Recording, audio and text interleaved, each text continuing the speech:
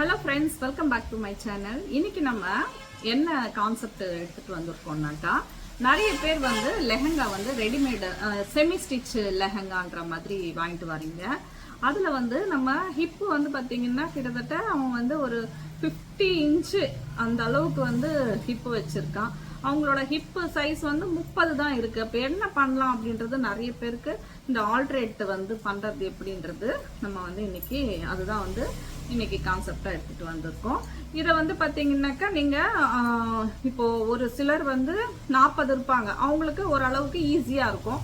30 இருந்துச்சுன்னா கிட்டத்தட்ட 20 இன்ச்சு வந்து நம்ம கம்மி பண்ணுற மாதிரி இருக்கும். இப்போ நான் அந்த மாதிரி ஒரு லெஹங்கா தான் வந்து இப்போ உங்களுக்கு காட்ட போகிறேன். பாருங்கள், இதுதான் அந்த லெஹங்கா செட்டு. நான் வந்து இதை வந்து ஃபுல்லாக பிரிச்சிருக்கேன். இது எப்படி இருக்கும்னா, இந்த மாதிரி ஃபோல்ட் பண்ணி இப்படி ஃபினிஷிங் பண்ணிட்டு இருப்பாங்க. இந்த மாதிரி ஃபினிஷ் பண்ணிட்டு இருப்பாங்க. இப்போ நான் இதை ரெடி பண்ணுறதுக்காக தான் இதை வந்து பிரிச்சிருக்கிறேன். இப்போ இந்த ஃப்ளீட்ஸ் வச்சுருக்குறாங்க பார்த்தீங்களா, இந்த மாதிரி ஃப்ளீட் வந்து லைனிங் வந்து மேலே இருக்கும், இந்த ஃப்ளீட் வந்து கீழே இருக்கும். இப்போ இந்த அளவுங்க தான் வந்து நம்ம வந்து இதை அட்ஜஸ்ட்மெண்ட் பண்ணி அந்த ஒரு 30 சைஸ் அளவுக்கு நம்ம வந்து பண்ண போகிறோம். வாங்க வீடியோக்குள்ளே போய் நம்ம எப்படி வந்து இதை வந்து ரெடி பண்ணலான்றதை பார்க்க போகிறீங்க. அதுக்கு முன்னாடி நம்ம சேனலை சப்ஸ்கிரைப் பண்ணாதவங்க சப்ஸ்கிரைப் பண்ணி வச்சுக்கோங்க. பக்கத்தில் இருக்க பெல் பட்டனையும் ப்ரெஸ் பண்ணிக்கோங்க. அதே மாதிரி மறக்காமல் லைக் பண்ணிடுங்க. அப்போ தான் பார்த்தீங்கன்னாக்கா உங்களுக்கு வந்து நிறைய பேருக்கும் வந்து போய் இது ஷேர் ஆகும். அதே மாதிரி உங்களோட கமெண்ட்ஸை கமெண்ட் பாக்ஸில் போட்டுருங்க. இப்போ வாங்க வீடியோக்குள்ளே போகலாம்.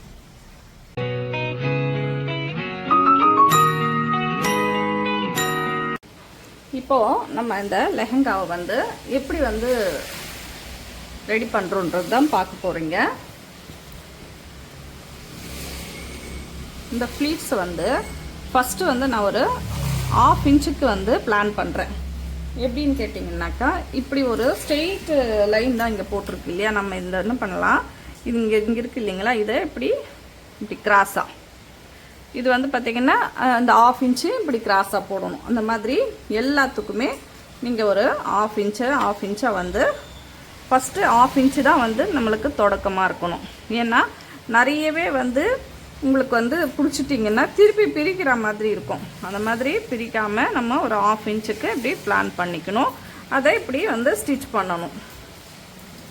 இப்போ ஃபஸ்ட்டு நம்ம ஒரு 1/2 இன்ச்சு போட்டிருக்கோம்ல, இங்கேருந்து இங்கே நல்லா வந்து 2 வாட்டி ஓட்டி அது பிறகு அந்த ஸ்ட்ரெயிட் லைன்லேயே எடுத்துகிட்டு வந்து சேர்க்கணும்.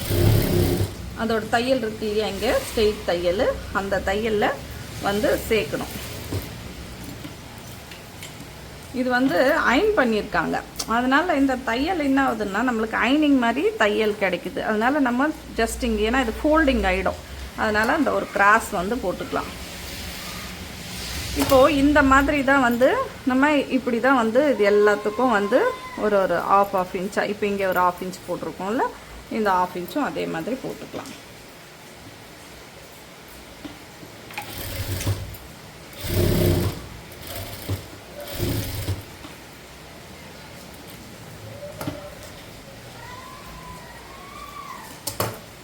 எங்கே வந்து நம்மளுக்கு இந்த 1/2 இன்ச் லைன் வந்து போடுறது வந்து இருக்குதோ அங்கே எல்லாமே வந்து நீங்கள் 1/2 இன்ச் லைனை போட்டுடுங்க.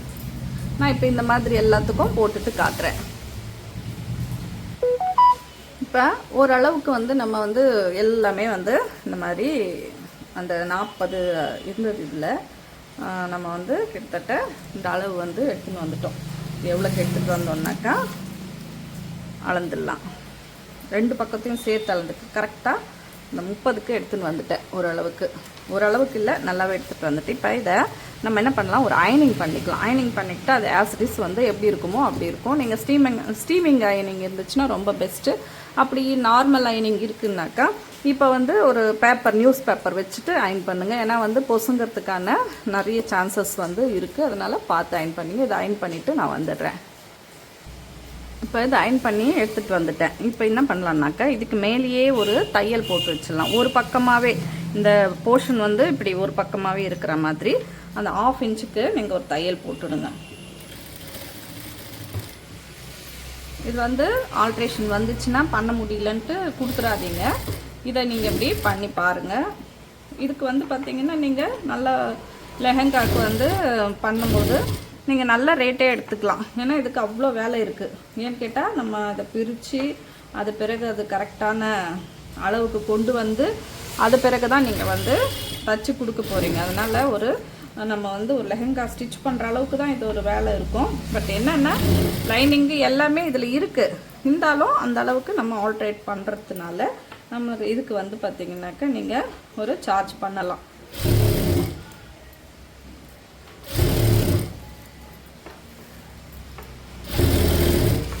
இந்த அளவுக்கு நீங்கள் பர்ஃபெக்ஷனாக பண்ணும்போது உங்களுக்கு வந்து பார்த்திங்கன்னா தாராளமாக அவங்களும் வந்து கேட்டதை கொடுத்துருவாங்க. எல்லாத்தையும் வந்து இப்படி ஜாயின் பண்ணிட்டோம். இந்த அளவுக்கு வந்து ஃப்ளீட்டட் வந்து நம்மளுக்கு இதாகிடுச்சு. இப்போது இங்கே இருக்குது இல்லையா லைனிங்கு, இந்த லைனிங் வந்து நம்மளுக்கு எக்ஸஸாக இருக்குது. அப்போ இதுக்கு எப்படின்னாக்கா இப்போ இந்த அளவுக்கு தான் இந்த லைனிங் கொண்டு வரணும். அப்போ என்ன பண்ணணும்னா இதை பிரிச்சிடலாம். இது பிரிச்சிடணும். நல்லா பார்த்துக்கோங்க.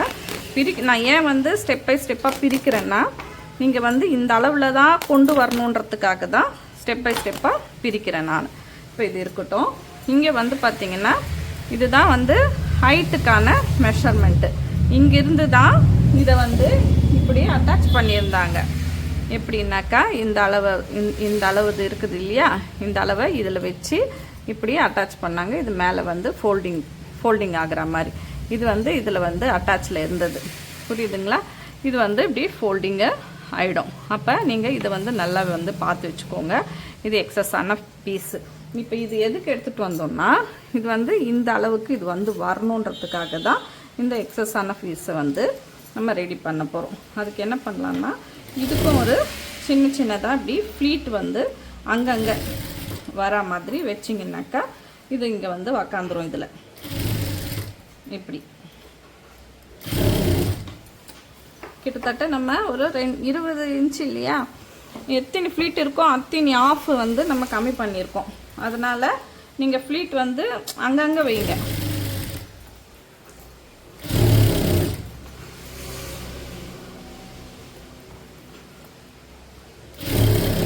நான் சும்மா ரேண்டமாக அங்கங்கே வைக்கிறேன். சரியாக போகும்போது நம்ம வந்து விட்டுடலாம். இப்போ பார்த்திங்கன்னா இப்போ இன்னும் கொஞ்சம் எக்ஸஸாக இருக்குது. அதனால் இன்னும் கொஞ்சம் கூட ஃப்ளீட் வைக்கலாம்.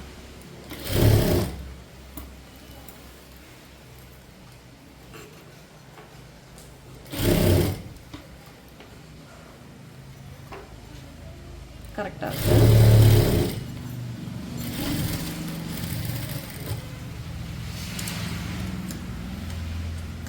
ரெடிமேடுனாலே நம்ம சொல்ல வேண்டியதில்லை, எல்லாமே லூஸாக தான் வச்சுருப்பாங்க. இப்போ இந்த லெவலுக்கு நம்ம கொண்டு வந்தாச்சு. இப்படி இது தனி போர்ஷன் தான், இது தனி போர்ஷன் தான். சரிங்களா? இப்போ இது கரெக்டாக இருக்கான்ட்டு 1 by 1 செக் பண்ணிக்கலாம். ஓகே, டன், கரெக்டாக இருக்குது. இப்போ நம்ம ஃபோல்டிங் பண்ணிக்கலாம். ஃபோல்டிங் பண்ணுறதுக்கு தான் நம்ம தையல் போட போகிறோம்.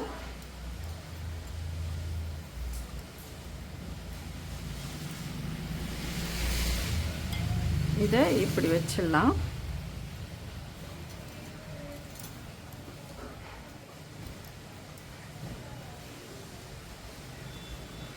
இது இப்படி இருந்தது, இப்படி மடக்கி இப்படி வந்துடும். சரிங்களா? இது இப்படி இதுக்கு மேலேயே தான் வச்சுருக்குறோம்.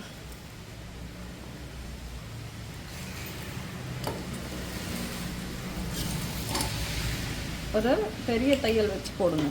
தப்பாக இருந்தாலும் நம்ம பிரிச்சுக்கலான்றதுக்காக.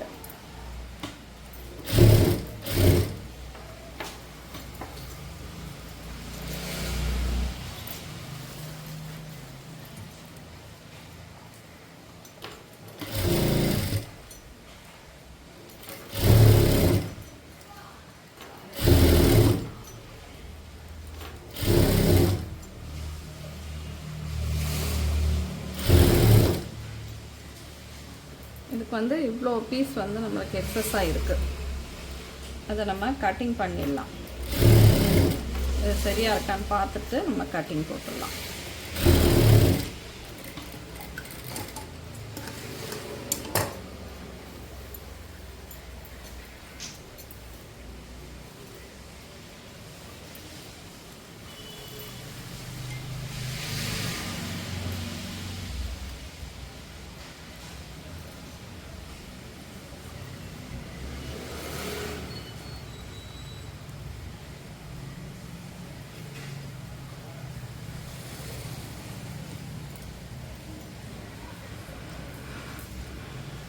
இப்போ இப்படி தான் வரணும். நம்ம என்ன பண்ணலான்னாக்கா இந்த பீஸை இப்படி வச்சுட்டு இது தச்சிருக்கணும்.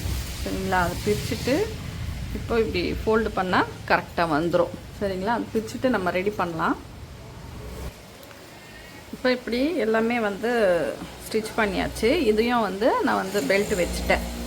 இது எப்படி வச்சேன்னாக்கா இங்கே ஒரு தையல் இருந்தது, அந்த தையலை பிரிச்சுட்டு அதை பிறகு இப்படி வச்சுட்டேன். ஏன்னா அப்போ தான் வந்து இது இப்படி மடியும் கரெக்டாக. இப்போ மடிக்கும் போது நம்ம என்ன பண்ணலாம்னா பின் பண்ணிடலாம், இந்த மாதிரி செக்யூர் பண்ணிடலாம்.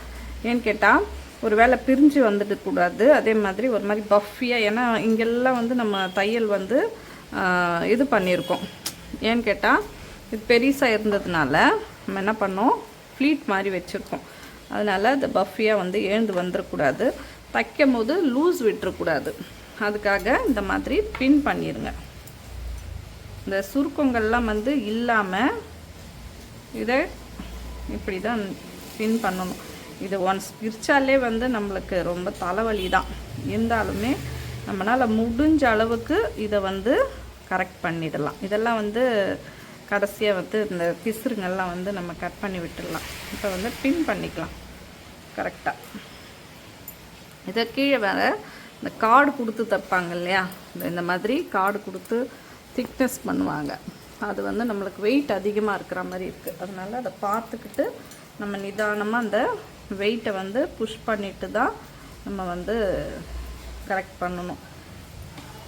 இந்த ஒன்ஸ் பிரித்தாலே அதோட அழகு மொத்தமே நம்மளுக்கு வந்து போயிடும்னு சொல்லுவோம் இல்லையா, அந்த மாதிரி.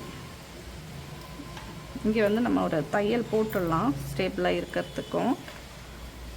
ஆனால் இதை வந்து ஃபஸ்ட்டு இந்த ஃபினிஷிங் வந்து பண்ணிடணும்.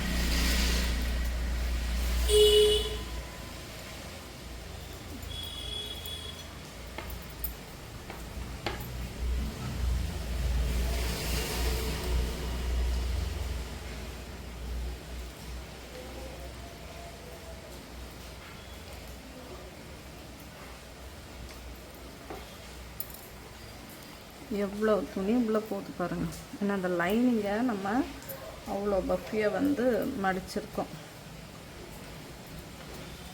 இப்போ பின் பண்ணிட்டோம். பின் பண்ணிவிட்டு ஃபுல்லாகவும் வந்து ஒரு தையல் போட்டுடலாம். சரிங்களா?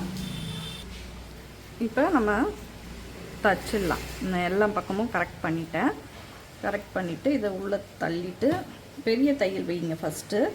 ஏன்னா போடும்போதே இப்போ நம்ம கிட்ட தையல் வச்சிட்டிங்கனாக்கா அது என்ன ஆகும்னாக்கா நம்மளுக்கு ஒரு வேளை பிரிக்கணும் அப்படின்னு பண்ணிங்கன்னாக்கா ஒன்றும் பண்ண முடியாது.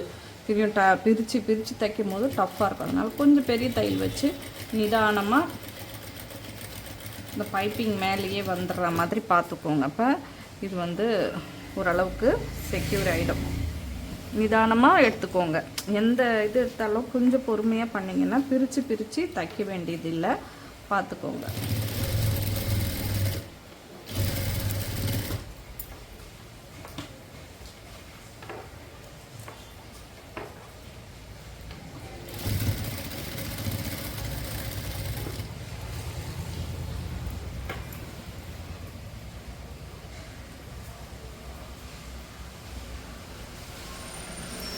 கீழே இருக்கிற துணியும் சரி பண்ணிக்கிட்டு மேலே இருக்கிற துணியும் நம்ம கொஞ்சம் இழுத்து விட்டுக்கிட்டு தான் இதை பண்ண வேண்டியதாக இருக்குது. ஏன்னு கேட்டால் கீழே இருக்கிறது வந்து சன்கிரேப் கிளாத்து, அது அந்த அளவுக்கு ஸ்டிப்னஸ் இருக்காது. மேலே இருக்கிறது 2 இது வச்சு தைச்சிருக்காங்க.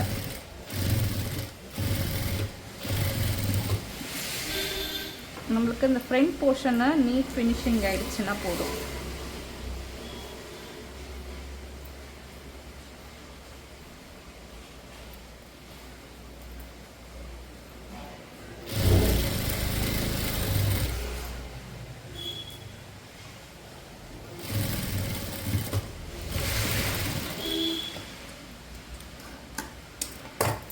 இப்போ பின்னெல்லாம் கழட்டிடலாம்.